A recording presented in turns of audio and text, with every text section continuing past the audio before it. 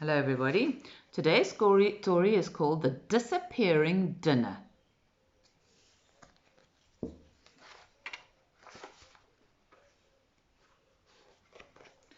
It was night time in Little Yowling. The big humans were asleep and snoring. The little humans were asleep and dreaming.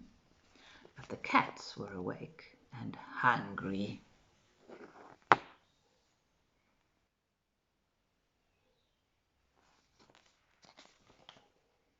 Millie the Mouser sat by the mouse hole waiting to pounce. One-eared Tom chased Clever Claus, who had found a doughnut. And at number 3 Wheelie Bin Avenue, Fat Alfie was getting ready to go out for dinner. Fat Alfie loved dinner and lunch and breakfast, and he never forgot 11's or afternoon tea either.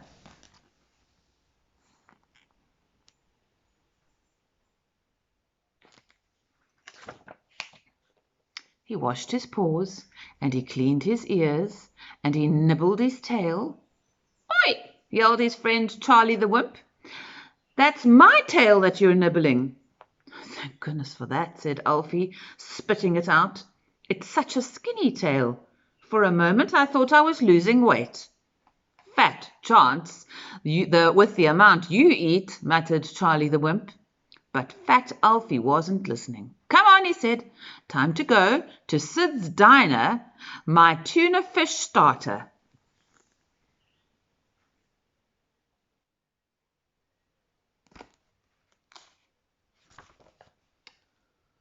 "Do we have to?" moaned Charlie. "I'd rather stay at home and watch telly." Fat Alfie strolled down the middle of the main road, and Charlie the Wimp stayed close behind him, hanging on to his tail. When they got to Sid's Diner, Fat Alfie searched the top of the rubbish bin, but tonight there was only rubbish.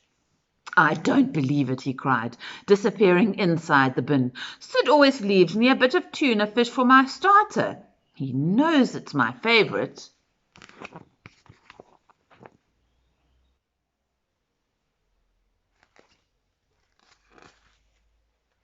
Charlie the Wimp looked around anxiously. "This place is scary. Let's get out of here. I'm sure I saw a large ear disappearing round that corner." But Fat Alfie wasn't listening. "Someone has stolen my starter," he moaned, and his tummy rumbled. Then he cheered up. "But there's still my main course," he said. "Let's go to McFeeline's, the butcher's, and get my steak." "Do we have to?" moaned Charlie. "I'd rather go home and play with my rubber duck."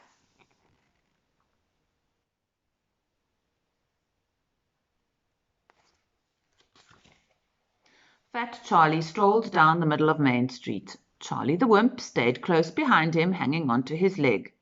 But when they got to McFeeline's, the butcher's, Fat Alfie searched the top of the rubbish bin. Tonight there was only rubbish, no steak dinner. "I don't believe it," he cried, disappearing inside the bin. "Mr. McFeeline always leaves me a bit of steak for my main course. He knows it's my favourite."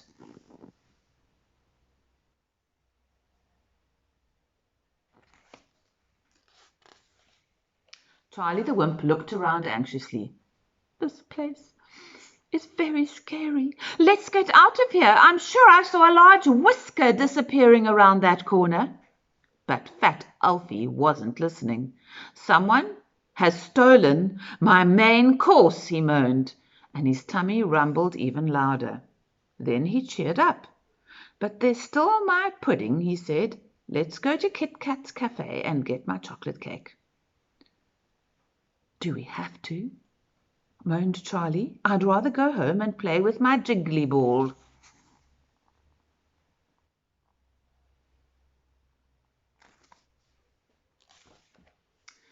Fat Alfie strolled down the middle of the main road. Charlie the Wimp stayed close beside him, hanging onto his ear.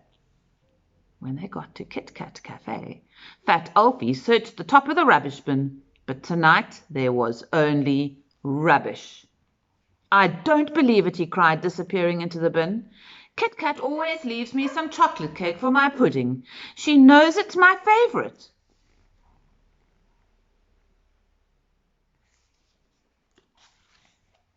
Charlie the Wimp looked round anxiously. This place is very, very scary. Let's get out of here. I'm sure I saw a large tail disappearing around the corner. But Fat Alfie wasn't listening. Someone has stolen my pudding, he said, and his tummy rumbled so loudly that Charlie the Wimp jumped into his arms in fright. I told you I saw a large ear and a whisker and a tail, he cried.